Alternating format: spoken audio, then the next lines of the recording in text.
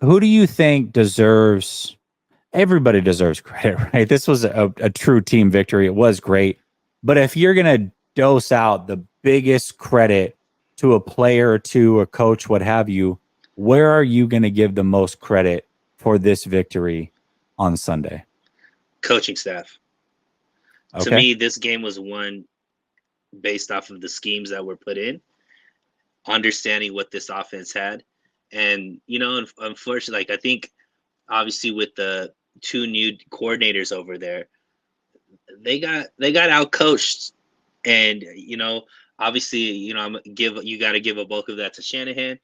Him being the head coach, he obviously has the final say on all the plans, but I got to give it up to Wilkes. I've been critical of him, but he got this defensive line to do something that we haven't seen them be able to do, Jesse, and that's stay disciplined in their lanes. Mm. This has always been what the game plan has been against mobile quarterbacks, and they've never been able to do it. And maybe it's because now they're six deep with elite talent, because you got to say, like, a Gregory is probably a better piece than we've had coming off the bench than coming off the edge than ever before. Obviously, Chase Young is better than we've had coming off the edge ever before, but that's coaching to me, making the team buy into the game plan, even though maybe people aren't going to get the stats that they want, or aren't going to get the accolades, and it's not going to look great on the stat sheet. But what it did is the team blew out their only quote unquote only competition in the league, and as far as in the NFC, I should say. And that's a buy-in that starts with leadership, and I think that starts with the coaching staff. So to me, if I'm giving who deserves the most credit, even though obviously the players have to execute, to me, it's watching these coaches get the players, all these superstars, to buy into a game plan that's unselfish. You got to give them a lot of credit. Yeah, most certainly. And it's nearly impossible to argue against the coaching staff because they cover the whole team. And it was such a team victory. The defense did a phenomenal job in their execution. The offense did every bit as good or as well in their execution. I think for me, and like I said, it's almost impossible to argue against that. But I will give a specific player credit, and it is going to go back to a comment that Keith just recently had, and that's Debo. I mean, Debo having his best game after talking trash the way that he did for a year plus. His touchdowns alone outscored the Eagles. His physicalness made the Eagles kind of cower. And I think the moment that he got going and was able to kind of turn it on, they knew that they were in for a fight that they probably weren't ready for, whether it was because the Eagles have played a bunch of tough games, they weren't healthy, whatever you want to say. There was a physicality brought, and I think a tone set by Debo that started a year ago after all this trash had been talked. And for him to deliver at that level, I mean, talk about calling your shot. That was straight up Babe Ruth getting to Yeah. the plate, pointing over the fence, and then delivering. It was Larry Bird in a 3-point contest shooting the final money ball, needing it to go in, turning around and putting his finger up before he sees it drop. It was that type of situation where he called the 49ers shot. And what also he did by doing that is he forced the rest of the team to kind of own up and say, well, he talked a lot of crap on my behalf. I better be able to back it up as well. He upped the intensity and the pressure on his own team, and all of them were able to go to bat for him and deliver. So if I have to give it to a player, I'm going to give it to a guy that single-handedly outscored the Eagles himself and backed up everything that he had ever talked and then some. Debo Samuel, man, you deserve a ton of credit for the way that this game went. So, but yes, the coaching staff, man, what a game plan on both sides of the ball. It started out rocky. I will say this too, Sunil. It started out very rocky. Those first two drives, Eagles going right down, moving the ball, and then the 49ers on the flip side, not being able to move the ball on really on both sides. It's like, man, what is this game plan? Is it going to be effective? But they stuck with it. They knew exactly what they wanted to do. They knew that once they got going, it was going to be too much. They stuck with the game plan, and it worked flawlessly in quarters 2, 3, and 4. It was awesome to watch. Mm.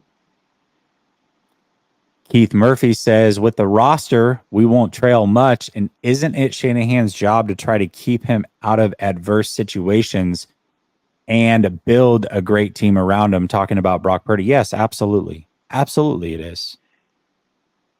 And I think he's done a good job of that so far. I think he really has. Keith comes back and says, question, I told my friend that Brock playing at the level he is the best bargain in the NFL. No question. For his price point, and I probably wouldn't trade him for any quarterback while he is under this deal. Thoughts? Brock at this price, and if we're factoring in contracts, is really, really, really hard to trade for any quarterback, even though Mahomes is as great as he is. I think Allen's as great as he is. Some people would say Burrow, Herbert, what have you. At this price point, it would be really hard. I also think that I would be completely lying if I wasn't at least willing to trade him for the clear best quarterback in the NFL, and that's Patrick Mahomes. I don't care what the price point is. If you can get Patrick Mahomes, you get Patrick Mahomes. But I don't think there's many quarterbacks at this price point that you would trade him for. And is he the best bargain in the deal or in the league? Yes. Without question, he is. Yes. What about you, Sunil?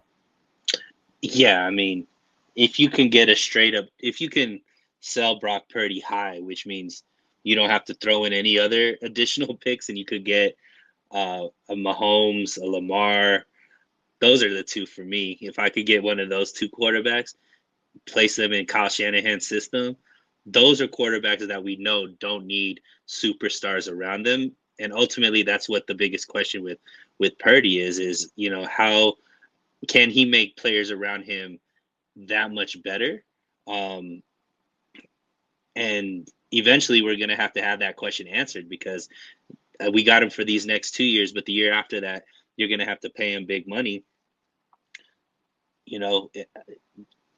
I understand the argument that I wouldn't trade Purdy for that, but I know Lamar Jackson, I know Patrick Mahomes don't need an Ayuk and a Debo and a Kittle and a Trent Williams and a CMC, for us to be Super Bowl champions. I don't necessarily know that about Brock Purdy, but to the other person who just did the super chat, he hasn't been put in a position for us to find out either. So it's just going with the known versus the unknown.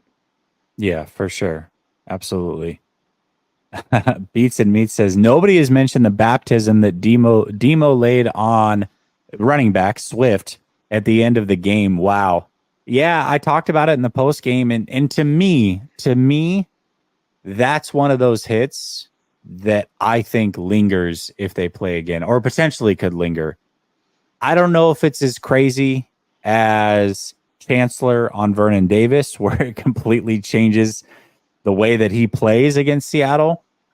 But I think it could. I think if a corner is hitting like that, and you know that you've got linebackers like Fred Warner and Greenlaw, Huff's not out there, unfortunately. But either way, I think that it could make you think twice. So I'm curious to see how it plays the next time that they do play. And is Swift hesitant because of that? I don't know. Wolf Life Wild says, often imitated, never duplicated. Niner gang. Yes, absolutely. I think that's going back to the comment of, can the Dallas Cowboys implement the same game plan? Ryan says, here's a $2 super chat and behave. Maybe on behalf of BB, Brother Bob. Brother Bob? Brother Where Bob? is Brother Okay. Bob? All right. I don't know where Brother Bob is. Shout out, Brother Bob. Nothing negative to say about Shanahan. Yeah, but he'll get in here. He'll get in here before the end of the show and talk trash to you.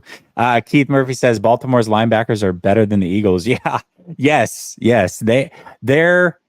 That's one of the few duos, if any duo, other than us that can possibly compete with the 49ers duo. I don't think it's as good. I think the 49ers have the best duo in the league, but that's a very good one. Very good one. Their defense in general is really good. Their defensive scheme is elite. They're doing some good things over in Baltimore for sure. It'll be a fun game. I can't wait for that one.